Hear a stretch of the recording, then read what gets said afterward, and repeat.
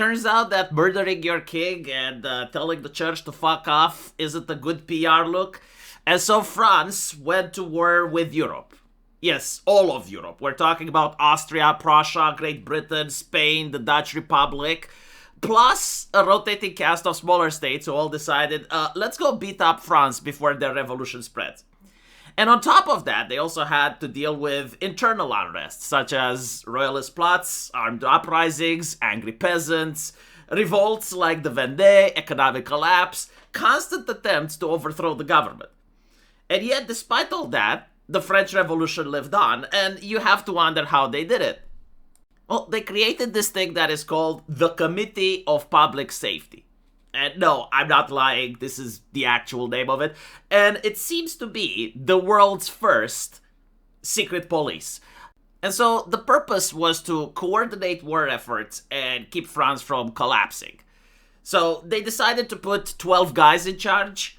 The problem is that they picked the 12 most intense men in Europe. And one of the members was a Jacobin. It was kind of like putting a communist in charge of the American Revolution, if you will.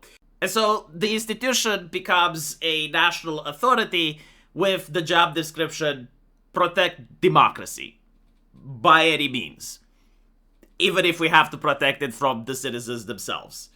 Now, what's fascinating is that the communist, Robs Pierre himself, initially was against the death penalty, and this is probably because the death penalty came into a more medieval time where people would be drawn and quartered, where you would have a guy with an axe chopping someone's head. But when you introduce the guillotine subscription, which streamlines state-sanctioned murder and can bring it to industrial scale, all of a sudden Robespierre starts to enjoy the concept of having the power of life and death over its people. And so he passes what is actually known, yes, like this is how they coined it, the reign of terror. In other words, for the French Revolution to survive, they need to have virtue and terror. Which means that the time for debate is over. The aristocrats had enough, the church had enough, no more debate. It's time for action. And so they streamlined the execution process. And no one was safe from this. Just so you can understand how fucked up their level of cancel culture was, even nuns got guillotined. So the typical nun crimes, including refusing to swear loyalty to the Republic, continuing to pray, living communally, being visibly religious, and worst of all, existing. So for Robespierre, the head of the Committee of Public Safety, seeing a nun alone in her cell praying was the same as whispering, "I dream of the one anointed by God as the true king to come back and fuck with you." And so obviously that's counter-revolutionary in nature. The Committee of Public Safety heard Ave Maria and translated it as activate counter-revolutionary sleeper cell. Now, the most horrifying thing out of this is the 16 Carmelite sisters, which were arrested because they refused to disband their convent, they refused to take the revolutionary oath, and they openly prayed for the end of the terror. Now, when interrogated, they didn't say, "Oh no, we're totally loyal, you guys, please don't kill us." They basically just flat out said, "We're praying that God stops you immediately." And so the tribunal went, treason. They were actually taken, all of these nuns lined up in front of the guillotine. And as they were praying, they were decapitated one by one. The law of suspects, September 1793, said, anyone who is suspected of being an enemy of liberty shall be arrested. Now, if you're thinking that's vague, it is. If you're thinking that sounds like a terms of service on Twitch, it is. And if you broke it, you would get super canceled. So the question is how did the law define someone as suspect? Well, we can now look at who got guillotined, and we can say that if a person had a bad reputation, that's guilty. If they could not prove good citizenship, that's guilty. If it was connected to the noble or clergy, that's super guilty. Or that said anything that encouraged suspicion or, generally gave weird vibes, equally guilty. And with this system, you can pretty much see what happened on Reddit forums or on social media in 2018 happened in real life France. And that was a purity spiral. It started with people that the system was actually designed to crack down on. So aristocrats, priests, people that were genuinely anti-revolutionaries. And then it moved on to people that were suspicious. And then it moved on to people that were inconveniencing. And then it just went into a complete free-for-all, to the point where even the Duke of Orleans, Louis Philippe II, or better known by his very on-brand revolutionary name, Philippe Égalité, who was a Prince of Blood, a senior member of the Bourbon dynasty, and the first in line to the throne after Louis, and he also voted yes on all of this nonsense, got guillotined himself. Trials became formalities. No more jury of your own peers, no lawyer, no extended sentences, no appeals.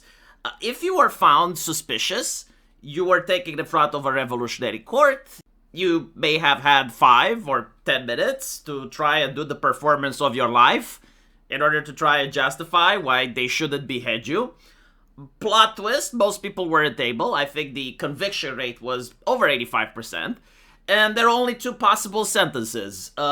Guilty, which meant guillotine, or not guilty, which meant freedom. There was no prison for this.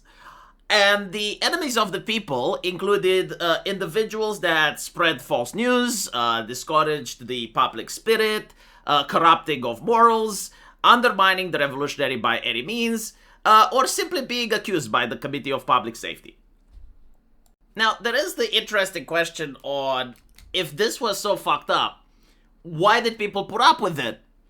The answer is not everyone did. And another interesting answer is that morality doesn't actually get to decide if someone is in power or not. Logistics and gunpowders do. And so you have this region of France, which I think it's pronounced Vendée. I'm pretty sure there's a French person in the comment section that will tell me how it's pronounced. But basically, these are rural people that did like the monarchy, that actually went to church and had nothing against Catholicism. And when the government says you need to send your son to die for this new republic, they were like, oh, no, monsieur, no, not us. And so they sent the military in order to purge them. And it turns out that while the revolution was indeed very communistic from my Eastern European takes, they did manage to master what appears to be logistics and gunpowder. They passed a legislation called Levy en masse. Now, you gotta understand that the way things worked in Europe is that the king, he had his aristocrats, and the aristocrats had their lower nobles, and the lower nobles had their levies, their men of arms. And basically, the king would summon the aristocrats, who would summon the other people, which would basically rally the levies, and then the king would spend some extra money and buy some mercenaries. And that's how you summon an army. It would take very long. Some people may not show up. The trading was irregular, and mixing the units wasn't always giving you the best outcome. The French Revolution, however, with their égalité fraternité, are basically saying, no more of that shit. We now have levy en masse. Every single son has to serve, and every single person is going to get the same training, and it's going to be total war. Not really the way that we will see it in World War I, but in the sense that women have to participate as well, children have to participate as well, not on the front line, but carrying logistics, making bandages, so on and so forth, right? And so you end up with France actually managing to mobilize a serious amount of army in order to actually fight against Europe. As we mentioned before, they fought against Great Britain, Austria, Prussia at the same time. And so when you have a region that basically says, no, we're not sending our son to die for the revolution did send those vast numbers of people in order to put them down. And this wasn't some roady protest. It was a full-scale civil war where you ended up with cities burned, civilians massacred, entire villages wiped out. This is a level of brutality that we haven't seen since the religious wars in Europe. And they also had the infamous infernal columns, which marched through the region, killing anything that breathed. And so if you're curious as to why did people put up with this revolution, well, it's that not everyone did. And those that didn't couldn't do shit about it. And so by the end of this purge-out, you have to understand that the guillotine probably killed around 30,000 people. That's a lot. And you also look at this massacre and you add 10,000 more, and you also have to think from the perspective that this wasn't 2025 Paris where you have tens of millions of people. Back then, the number was a lot lower. So a significant chunk of the French population actually died from the revolution. And what's also quite fascinating is if you look at how they behaved. Initially, the crowds would actually cheer whenever someone would get guillotined. And it was a public event, kind of like a Netflix special. Like, you go there, you take your kids, you go to the plaza, you get to see someone decapitated. Maybe you buy a tricolor hat. I'm not kidding, like, merchants were actually set next to the guillotine selling stuff. It was pretty cool. But as the reign of terror goes on, and as they're seeing that more and more people are getting guillotined, eventually even people that didn't deserve it, but they're the good targets anyway. I mean, you get the priest or an aristocrat. Oh, fine. Those were wealthy pigs, so, like, they deserve it. But then it starts going after the regular folks. And then it starts going after people that are just unpopular or weird. Like, you don't fit in and a neighbor accuses you. Or you had a spat with your neighbor from last year, and now your neighbor turns you in over something that you probably haven't done. And you have like 10 minutes in order to justify why you're innocent. Good luck with that. Now, as we mentioned before, most of this is due to one man called Robs Pierre. He is in charge of the Committee of Public Safety.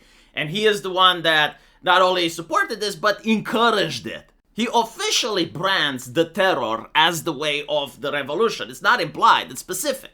And he actually justifies that, it's better to guillotine a lot of innocent people as long as no traitor manages to get away. Now, the thing is that he gets mad with power, because, like, people call him Robespierre the incorruptible. People look up to him as the virtue of the revolution. And it pretty much goes to his head. He starts doing exactly the same thing that he accuses other people of doing. And so if in the revolution it was viewed that the church is operating behind shadows and is pulling the strings to govern France without the consent of the governed, he literally does that. Like, he gets a couple of friends and he starts having these retreats at his Jacobin clubs and discusses how France is going to be governed in the future without actually consulting with everyone. He just comes in and signs the decrees. And he starts guillotining his opposition, especially the moderates. Like, this guy just, like, has a problem with centrists. He just can't handle them. And he immediately starts fabricating a lot of reasons on why his opponents have to be killed. And he's very successful with this. Like, what's interesting is that the State Assembly, they had parliamentaries, right? And they had people that were there to represent their constituents. But most of them were missing. Some of them were missing because they were killed, while others were missing because they ran away from Paris. So even if you were on the assembly, that didn't make you safe. Like, take into account they already killed the king. And so there's a lot of terror that's happening even with the ruling class of the revolution. And as I mentioned before, most of the moderates actually got guillotined. So eventually, Robespierre gets so bad with power that he creates this thing called the cult of the supreme being. Like, he realizes that religion is important, not necessarily to save someone's soul, but it is important in order to stabilize society. And he created the cult of supreme being, which is about virtue, and he went into Paris, lit up a blue flame, and people found that insanely fucking cringe. Like, absolutely cringe. They view that, okay, so we got rid of the Catholic Church just to get Robespierre version of the supreme being placed in front and center.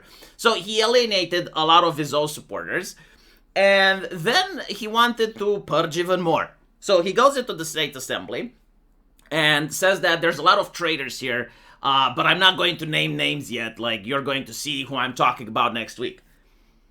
Which is not a really smart thing to say in a room that's probably filled with traitors, you know? Because, like, now everyone is thinking, oh, he's talking about me. He's talking about my browsing history. And so people said, well, what if the traitors are the problem, you know? Like, what if he is the problem? They send our men after him. And historians do that Star Wars thing, like, did Han Solo shoot first? No one knows who shot first, but people got shot. Robs Pierre actually got shot in the jaw, so his entire jaw is absolutely broken. But you have to understand, you know, these weren't savages. Like, they weren't going to put down a politician right there and then. Like, no, of course, he has to stand trial. And he gets taken to his own revolutionary tribunal. He is found guilty. And apparently, as they take him up to the guillotine, they take off the scarf that was keeping his jaw together. And that causes his jaw to actually fall off. And he screams in absolute pain as the guillotine decapitates him, and the crowd goes wild.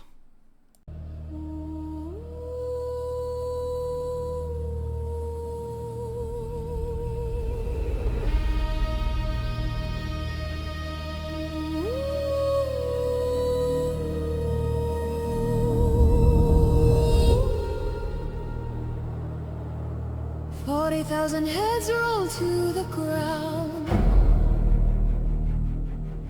The blades sang sharp with a chilling sound. To keep us safe, they claimed, they swore. But safety's a wolf at your chamber door.